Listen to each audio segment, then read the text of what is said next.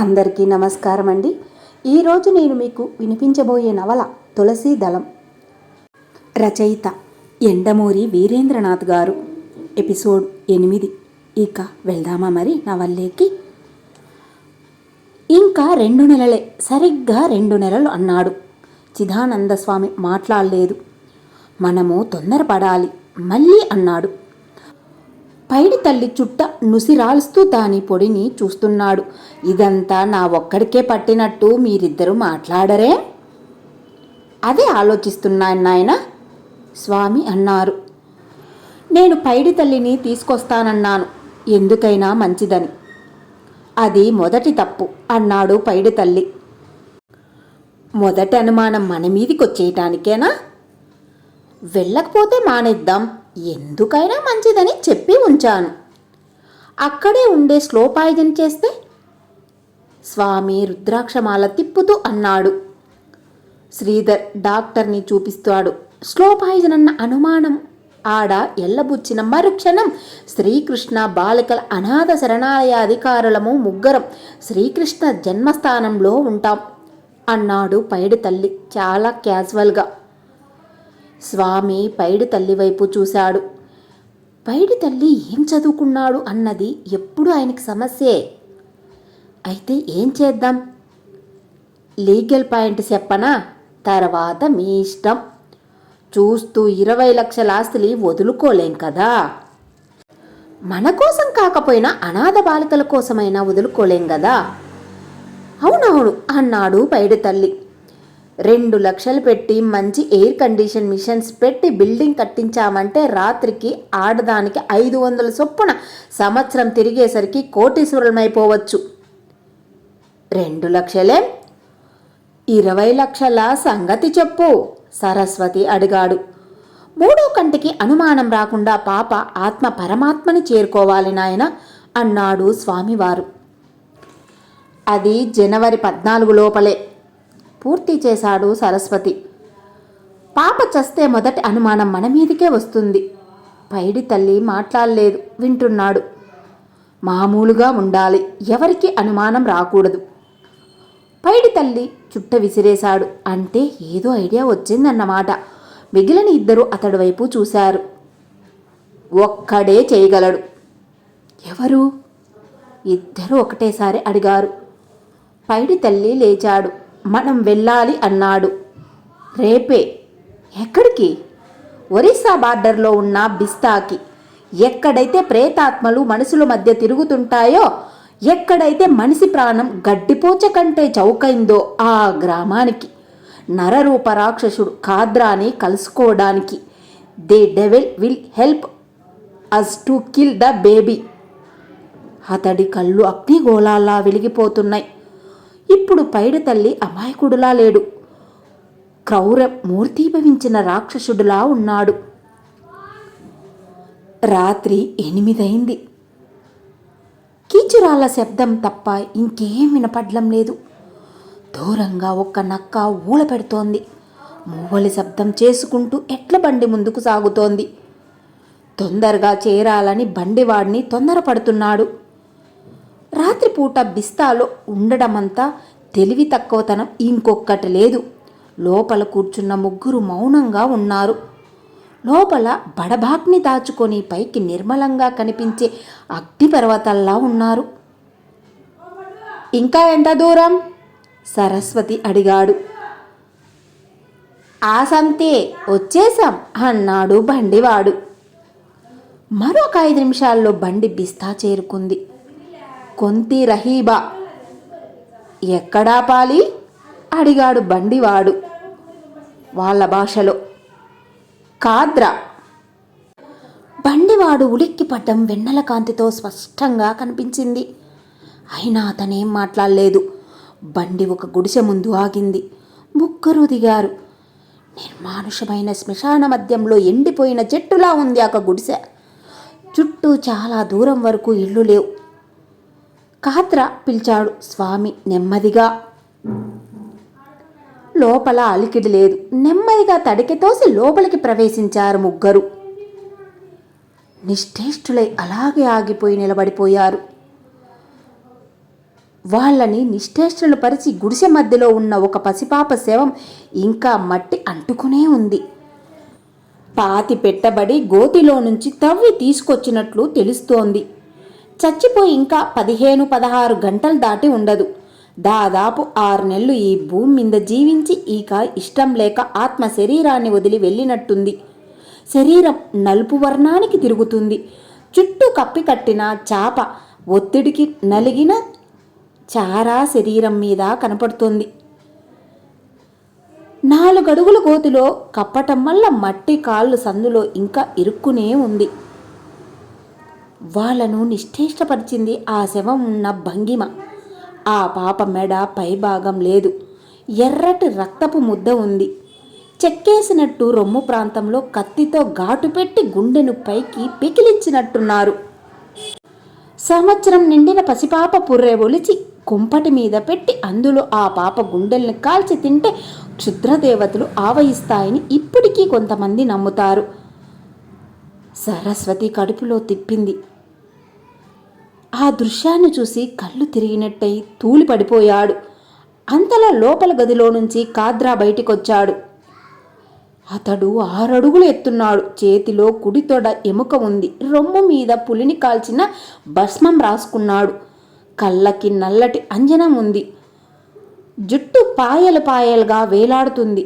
గుడ్లు అగ్నిగోళాల్లా ఉన్నాయి. ఎన్నో హత్యలు చేసిన పైడి తల్లి కూడా అతని ఆకారాన్ని చూసి బెదిరేంత అయితే అంతలోనే సర్దుకొని సలాం కాద్రా అన్నాడు. సలాం సలాం. వంగి నేలని తాకి దక్షిణంగా తిరిగి గాల్లో నమస్కారం చేశాడు. ప్రేతాత్మల మనిషిని దక్షిణం వైపు నుంచి గమనిస్తూ ఉంటాయి. అందుకే క్షుద్రదేవతో పాసకులు దక్షిణం వైపు తిరిగి ప్రతి పని చేస్తుంటారు. మామూలు సంభాషణ జరిగాకే అసలు పని వివరించాడు పైడి తల్లి. దానికేం, అలానే చేద్దాం. ఎంత? 5,000. చాలా ఎక్కువ అన్నాడు సరస్వతి. కాద్రాకి కోపం వచ్చిందేమో అని అటు చూశాడు స్వామి. కానీ అతడు నవ్వుతున్నాడు. మొట్టమొదటిసారి అతడి మొహం మీద నవ్వు కనిపించింది. సంచి బియ్యానికి కూడా చేసేవాళ్ళున్నారు. కానీ సరస్వతి ఏదో అనబోయాడు. కానీ పైడి తల్లి మధ్యలో అందుకొని అట్టాగే సామి అన్నాడు. కానీ చేతబడి నెలలో పూర్తి కావాలి. స్వామివారు మౌనంగా జరిగేది పరిశీలిస్తున్నాడు. అనుకున్నది అనుకున్నట్టుగా జరిగితే 5,000 ఏమీ పెద్ద లెక్కలేకి రాదు. కాత్రా తలూపి పేరు వయసు చెప్పండి. తులసి, 9 సంవత్సరాలు. కాత్రా చేతిలో ఎముక నేల మీద పెట్టి నేను చెయ్యను అన్నాడు. ముగ్గురు విస్తుపోయి అదేం అన్నారు. చిన్నపిల్లలకి చేతబడి పట్టదు, చెయ్యటం అనవసరం. ఈ మలుపు వాళ్ళు ఊహించలేదు. ముందుగా తేరుకున్నది పైడి తల్లి. కానీ కొంతమంది పిల్లలకి చేయటం నే చూశానే. తిప్పి కొడుతుంది. అయినా ప్రయత్నిస్తే అంటున్న సరస్వతి కాద్రా సూటిగా చూడ్డంతో మాట మధ్యలోనే ఆపేశాడు. దీని మీదే ఆశ పెట్టుకున్నాం. ఇంత దూరం వచ్చాక కాదంటే అన్యాయం అయిపోతాం. ఇంకా గడువు కూడా ఎంతో లేదు. 5,000 కాకపోతే 10,000 తీసుకోండి. ఎలాగైనా ఇది జరిగి తీరాలి. కాద్రా మాట్లాడలేదు. 10,000 కాకపోతే 15,000. కాద్రా లేచాడు. ఇంకేదైనా మాట్లాడవలసి ఉందా అన్నట్టు చూశాడు. చీకటి పడింది, వెళ్ళండి అని అక్కడి నుంచి కదిలిపోయాడు. మరింకేం మాట్లాడవలసింది లేనట్టు. వాళ్ళ ముగ్గురు అతడు వెళ్ళిన వైపే చూస్తూ కూర్చుండిపోయారు కొంచెంసేపు. ముందు స్వామి లేచాడు. వెనకే ఇద్దరు బండి ఎక్కారు. ఎవ్వరూ మాట్లాడలేదు. నెమ్మదిగా బండి కదిలింది. ఎవరి ఆలోచనలో వాళ్ళున్నారు. అంతవరకు చాలా ధీమాగా ఉన్న పైడి తల్లి కూడా ఈ హఠాత్పరణ సంఘటనతో మూగపోయాడు. మువ్వల చప్పుడు తప్ప ఇంకేం వినిపించటం లేదు. డిస్తా గ్రామపు పులిమేరలు దాటింది బండి. శ్మశానం మధ్యకు వెళుతుంది. మనిషి ఉనికిని ప్రశ్నిస్తున్నట్టు సమాధులు, చిన్న చిన్న తుప్పలు, రాళ్ళు, దూరంగా మండుతున్న చితి, జుట్టు విరబేసుకున్న దెయ్యంలా మర్రి చెట్టు, మధ్యలో నుంచి సన్నటి దారి, గతుకుల్లో పడిలేస్తూ వెళ్తుంది ఆ బండి. ఆలోచిస్తున్న వాడులా తలెత్తి ఏదో చెప్పబోయాడు పైడి తల్లి. అంతలో దూరం నుంచి ఒక కేక వినపడింది. గాలిలో సన్నగా వచ్చిన కేకకి ముగ్గురు చీకట్లో కళ్ళు చికిలించి చూశారు. దూరం నుంచి ఒక ఆకారం పరిగెత్తుకు రావటం కనిపించింది. మరు నిమిషంలో అతడొచ్చి వాళ్ళ ముందు ఆగాడు. పరుగెత్తుకు రావడం వల్ల బాగా రొప్పుతున్నాడు. ఆయాసం తగ్గటానికి క్షణమాగి, కాద్రా దగ్గరికి వచ్చింది మీరేగా అన్నాడు. సరస్వతి అతడి వైపు అసహనంగా చూస్తూ అవునన్నాడు. నేను చేస్తాను మీకు కావలసిన పనిని అతడన్నాడు ఒగురుస్తూ. ఎంతిస్తారు? నువ్వెవరివి ముందు చెప్పు. కాద్రా శిష్యుణ్ణి. నా పేరు షాహీర్. సాహీర్ బాసింపెట్ల వేసుకొని కూర్చుని ఉన్నాడు. అతడి ముందు చిన్న కపాలం ఉంది. అందులో మైదాపిండి ఉంది. సింహం మూత్రంలో దాన్ని తడిపి బొమ్మ చేశాడు. ప్రేక్షకులు ముగ్గురు మౌనంగా జరుగుతున్నది చూస్తున్నారు. చిన్న బొమ్మ తయారైంది. 2 చేతులు, 2 కాళ్ళు, సన్నటి నడుము, చిన్న మొహము. దాన్ని తాటాకుతో చుట్టాడు. పుర్ర మధ్యలో పెట్టాడు. లేచి వెళ్ళి ఒక పాత్రలో నీళ్లు తీసుకొస్తున్నాడు. దాంతో దాదాపు అరగంట సేపు నోటిని శుభ్రం చేసుకున్నాడు. చేతబడి చేసేటప్పుడు నోట్లో ఏ చిన్న పదార్థమో పళ్ళ మధ్య ఇరుక్కునే ఉండకూడదు. అందుకే మంత్రవేత్తలు ఈ విషయం జాగ్రత్తగా ఉంటారు. స్పష్టంగా రావాలి మంత్రం. అందుకే చేతబడి చేసేవాడి మీద ప్రజలకి అనుమానం వస్తే పళ్ళు పీకేస్తారు. సాహీర్ కొంచెం సేపు నిలబడి మంత్రం చదివాడు. తర్వాత అతడు దక్షిణం దిక్కుగా కూర్చున్నాడు. క్షుద్రదేవతని పిలవసాగాడు. ఆ రోజు శ్రీధర్ ఆఫీస్కి వెళ్ళలేదు. ఎవరో ఫ్రెండు బాంబే నుంచి వస్తే అతడితో పాటు లంచ్కి వెళ్ళాడు. ఇంటికి వచ్చేసరికి 3 అయింది. వచ్చేసరికి బ్రాహ్మణ్ ఫ్యాక్టరీ నుంచి ఫోన్ చేశాడని శారద చెప్పింది. అతడి ఫోన్లో అబ్రకదబ్రా కాంటాక్టు చేశాడు. హలో మెజిషియన్, ఏమిటి విశేషాలు? కంగ్రాచులేషన్స్ గురు, రేపు మా ఇంటికి డిన్నర్కి రావాలి ఫ్యామిలీతో సహా. మీ ఇంట్లో భోజనం చేయడానికి. కంగ్రాచులేషన్స్ దేనికి? లేదులే, అంతకన్నా ముఖ్య విషయం ఉంది. ఏమిటి? ఫోన్లో చెప్పమంటావా? చెప్పు. అయితే విను. అప్పుడెప్పుడో డ్రాప్ అయిన నీ ఫారెన్ ప్రోగ్రాం మళ్ళీ రివైవ్ అవబోతోంది. శ్రీధర్ చెయ్యి రిసీవర్ మీద బిగుసుకుంది. ఈ అబ్రకదబ్రాకి ఆఫీసులో తెలియని వాళ్ళంటూ లేరు. ఎక్కడెక్కడ విషయాలో డైరెక్టర్ల కంటే ముందే సేకరిస్తాడు.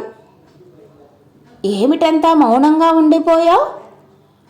నీ మాటల్లో నిజమెంతో అని ఆలోచిస్తున్నాను. అబ్రకదబ్రా మాటల్లో అబద్ధము, సైతాన్ చేతిలో మంచి ఉండవు గంభీరంగా అన్నాడు. శ్రీధర్ నవ్వి థ్యాంక్ యూ, నేను వస్తాను ఫ్యాక్టరీకి అన్నాడు. పక్కనే ఉన్న శారద భర్త మొహంలో కనపడుతున్న ఆనందాన్ని గుర్తించి ఏమిటండి అంది. అతడు చెప్పాడు. ఎప్పుడెళ్ళాలి? ఇంకొక 15 రోజుల్లో. అంత తొందరలోనా? తొందరేముంది? అక్కడ మనం ఉండేది 6 నెలల కన్నా ఎక్కువ కాదు. ఈసారి ఛాన్స్ పోతే మళ్ళీ రాదు. ఆమె మాట్లాడలేదు. అంత తక్కువ టైంలో అన్నీ సర్దుకొని వెళ్ళడం కష్టమే, కానీ వచ్చిన అవకాశం. వీళ్ళలా మాట్లాడుకుంటున్న సమయంలో తులసి స్కూల్ నుంచి వచ్చింది. గుడ్ న్యూస్ బేబీ అన్నాడు శ్రీధర్ పాపని గాల్లోకి ఎత్తుతూ. మనము ఫారెన్ వెళ్తున్నాం. పాప నవ్వలేదు. మామూలుగా వేసినట్టు తండ్రి మెడ చుట్టూ చేతులు వేయలేదు. దాంతో ఆశ్చర్యపడి అలా ఉన్నావే అని అడిగాడు చేతుల మీద నుంచి దింపుతూ. ఏమిటి, ఏమైంది అంది శారద కంగారుగా. ఆమె కంగారు చూస్తే అతడికి నవ్వు వచ్చింది. ఒంట్లో బాగాలేదా? నుదుటి మీద చేయి వేస్తూ అడిగాడు. బాగానే ఉంది పప్ప అంది తులసి. కానీ ఆమె కంఠంలో హుషారు లేదు. స్కూల్ నుంచి వచ్చిన అలసటేమో అనుకున్నారిద్దరూ. ఒళ్ళు వెచ్చగా లేదు అన్నాడు శ్రీధర్. పాప మొహం కడుక్కొని వచ్చింది. ఆలస్యం అయిందేమిటమ్మా ఈరోజు అడిగాడు శ్రీధర్. రామయ్య వచ్చి అన్నం వడ్డించాడు. పాప కుడి చేతిలో స్పూన్ తీసుకొని అన్నం కలపటం గమనించాడు. చేతికి ఏమైంది అడిగింది శారద. తెగింది. పెన్సిల్ నువ్వు చెక్కకూడదమ్మా, పెద్దవాళ్ళున్నారు కదా. పెన్సిల్ చెక్కుతూ ఉంటే కాదు నాన్న, గోళ్ళు తీస్తూ ఉంటే తెగింది. గోళ్ళా? ఎవరు తీశారు? సరస్వత్ తాతయ్య. వంటగదిలో నుంచి డైనింగ్ రూంలోకి రాబోతున్న రామయ్య హఠాత్తుగా ఆగిపోయాడు. శ్రీధర్ శారద వైపు చూస్తూ, చూశావా, మీ మామయ్యకున్న ఇంట్రెస్ట్ నీ కూతురి మీద నీకు లేదు అన్నాడు. శారద మూతి ముడుచుకొని, చాలేండి, గోళ్ళు తీసేస్తే ప్రేమ ఉన్నట్టా ఏమిటి అంది. అయినా మీ అరిస్టోక్రాట్ ఫ్యామిలీస్లలో బెడ్రూమ్లో కూడా వేరువేరుగా ఉండాలి ఇంగ్లీష్లో చెప్పింది. శ్రీధర్ నవ్వి ఊరుకున్నాడు. తులసి భోజనం చేసే వరకు ఇద్దరు కబుర్లు చెబుతూనే ఉన్నారు. మధ్య మధ్యలే తులసి కూడా పాల్గొంది. శ్రీధర్ లేచి డ్రాయింగ్ రూంలోకి వెళ్ళాడు. శారద మేడ మీదికి వెళ్ళింది. పాప చెయ్యి కడుక్కోవడానికి వాష్ బేసిన్ దగ్గరికి వెళ్ళింది. అక్కడ రామయ్య పాప చేతులు కడుక్కున్న తర్వాత నాప్కిన్ అందించాడు. ఆ లేత చేతులకి తన చేతుల్లో తీసుకున్నాడు రామయ్య. సరస్వతి తాతయ్య గోళ్ళు తీశాడా? తలూపింది. ఇంకేం చెయ్యలేదా? అడ్డంగా తలూపింది. కత్తిరించిన గోళ్ళు తొక్కకూడదమ్మా, దూరంగా పారేయాలి. అవునట, తాతయ్యే చెప్పాడు. అందుకే పొట్లం కట్టాడుగా. పొట్లమా? ఇంకేం చేశాడు? పాప తువాలిచ్చి వెనుతిరిగింది. ఎక్కడో ఏదో అస్పష్టంగా కదులుతుంది. ఏదో అనుమానం. అతడేదో అనబోయాడు. కానీ పాప గుమ్మం దాటి అవతలి గదిలోకి వెళ్ళిపోయింది. అతడక్కడే నిలబడి ఉన్నాడు. ఇంత చిన్న ఆధారంతో అంత పెద్ద అనుమానాన్ని పెంచుకోవటం న్యాయమేనా? గోళ్ళకేముంది, చిన్నపిల్లలు గోళ్ళు ఎవరైనా తీస్తారు. కానీ అంతలో పాప మళ్ళీ వెనక్కి వచ్చింది. మరేం, నేను ముసల్దాన్నైపోతున్నానా అడిగింది. రామయ్య తాత నవ్వాడు. ఎందుకొచ్చిందమ్మా అనుమానం? తెల్ల వెంట్రుకలు వస్తున్నాయటగా. ఎవరన్నారు? సరస్వత్ తాతయ్య. తనే ముసలాడైపోతున్నాడు, అందుకే కళ్ళు సరిగ్గా కనపడి ఉండవు. నీకు తెల్ల వెంట్రుకలేమిటమ్మా నవ్వాడు. 2 తీసేశాను. 2 తీశాడా? పొట్లంలో పెట్టుకుంటేను. అతడి మొహం మీద చప్పున నవ్వు మాయమైంది. గోళ్ళు, వెంట్రుకలు. ఆ వృద్ధుడు పాప వైపు క్షణం పాటు జాలిగా చూశాడు. పాప కదిలి వెళ్ళిపోయింది. అటే చూస్తూ నిలబడ్డాడు. ఆ మరుసటి రోజు అతడి యజమాని దగ్గర 1 రోజు పాటు సెలవు తీసుకుని వెళ్ళాడు ఇస్మాయిల్ దగ్గరికి. ఇంకొక 4 రోజుల్లో శ్రీధర్ కుటుంబం ఫారెన్ ప్రయాణం. పాస్పోర్టు, వీసాలు కూడా రెడీ అయ్యాయి. అతనికి చూసిన సంబంధం ఆమెకి నచ్చకపోవడం వల్ల ఆ ఉద్దేశము విరమించుకోవాల్సి వచ్చింది. ఆఖరి సంవత్సరం ఆమె హాస్టల్లో ఉండి చదివేలా నిర్ణయించుకున్నారు. శ్రీధర్ తన ఇన్ఫ్లుయెన్స్ ఉపయోగించి నారాయణరావుకి ఒక ఉద్యోగం చూపించాడు. అతడు ఇంకొక 4 రోజుల్లో చేరాలి. ఇలా అన్ని విషయాలు సెటిల్ చేసేసరికి శ్రీధరు నిశ్చింతగా ఫీల్ అయ్యాడు. పీల వంద మిగిలింది 3. స్వామి పెన్నం మీద వేసిన గింజలు అల్లాడసాగాడు. ఇక నెల కూడా లేదు. ఆ చేతబడి చేస్తానన్నవాడు డబ్బు తినేసి మనని మోసం చేసినట్టున్నాడు. ఇంతవరకు ఏమీ జరగలేదు. సరస్వతి పైడి తల్లి ఏం మాట్లాడలేదు. మౌనంగా తల వంచుకొని కూర్చున్నాడు. వాళ్ళకి జరిగిందేమిటో అర్థం కాలేదు. దాదాపు నెల గడిచింది. ఇంకొక నెల ఉంది. ఎందుకిలా జరిగింది? స్వామి అన్నాడు, ఇంకొక నెల రోజుల్లో వాళ్ళు ఫారెన్ వెళ్ళిపోతారు. పుట్టినరోజు పండగ అక్కడ జరుపుకుంటారు. 20 లక్షల ఆస్తి చాలా మామూలుగా వాళ్ళకి అందివ్వబడుతుంది. సర్వే జన సుఖినోభవంతు. మనం మాత్రం వెదవల్లా జరిగేదంతా చూస్తూ ఉంటాం. దీనికంతా కారణం ఆ సాహిర్ గాడు. వాణ్ణి చంపాలి. వాణ్ణి చంపటం సంగతి తర్వాత, ముందు పాపని చంపటం గురించి ఆలోచించండి అన్నాడు పైడి తల్లి చుట్ట వెలిగిస్తూ. మొత్తం 3 చచ్చిపోయేలా కారుకి యాక్సిడెంట్. అతడి మాట పూర్తి కాలేదు. తలుపు దగ్గర చప్పుడైంది. 3 ఉలిక్కిబడి ఎవరది? సరస్వతి అరిచాడు. పైడి తల్లి వెళ్ళి తలుపు తెరిచాడు.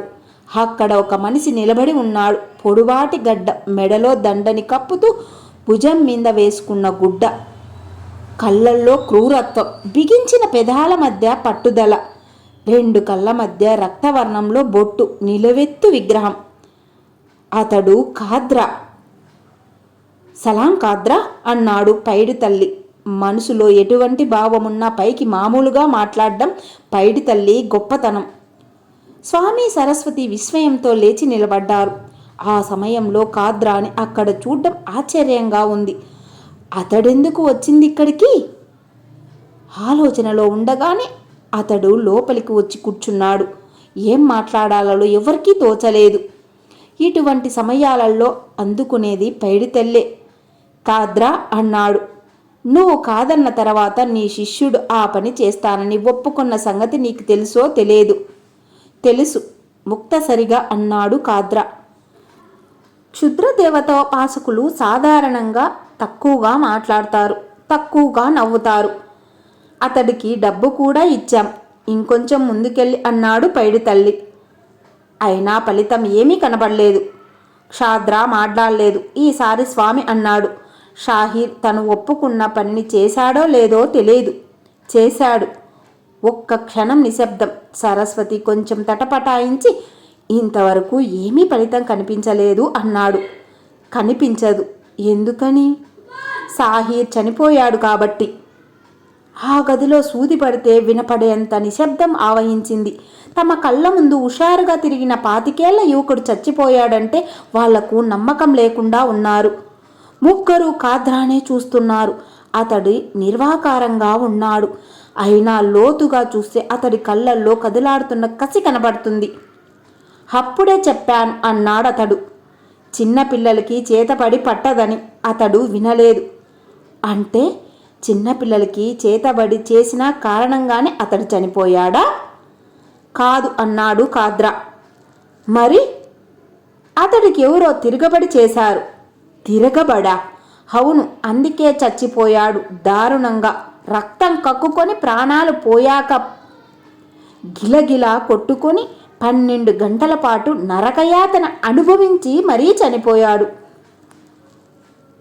ఒళ్ళు జలధరించింది.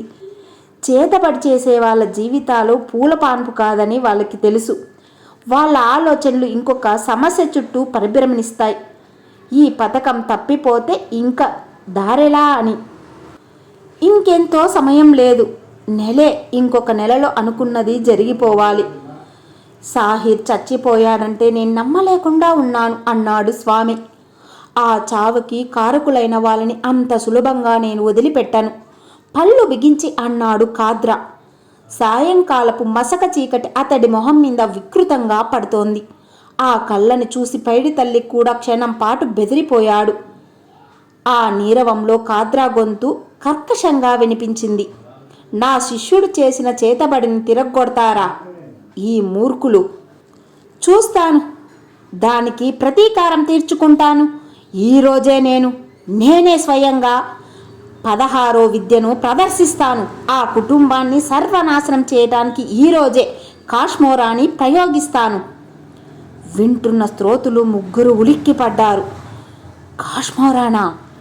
ప్రపంచంలో ఏ ఒక్కరికో వచ్చిన విద్య కాశ్మోరా. ఏ చేతబడి చేస్తే మనిషిని ఇంకెవరు రక్షించారో ఆ విద్య. వాళ్ళకి ఆనందం వేసింది. షాహీర్ చచ్చిపోయినందుకు బాధ లేదిప్పుడు. అతడి గురువు రంగంలోకి దిగాడు. ఇంకా తమ కార్యం ఆగకుండా చేయలేని శక్తి ఏది ఈ లోకంలో లేదు. అందులో కాశ్మోరా. ఒకళ్ళ ముఖాలొకరు చూసుకున్నారు. 21 రోజుల్లో తమ కోరిక నెరవేర్చబడుతుంది. కాశ్మోరా పాతాల కుట్టి ప్రయోగించిన 21 రోజుల్లో మరణం తథ్యం. కాద్రా తనకు కావలసిన వస్తువులు చెప్పసాగాడు. ఇంతటితో ఎపిసోడ్ ముగిద్దామండి. మిగిలింది నెక్స్ట్ ఎపిసోడ్లో విందాం. ఇంతవరకు నేను చెప్పిన నవల్లో తప్పులు ఏమైనా దొర్లింటే పెద్ద మనసుతో మన్నించాలని కోరుకుంటూ సెలవు తీసుకుంటున్నాను.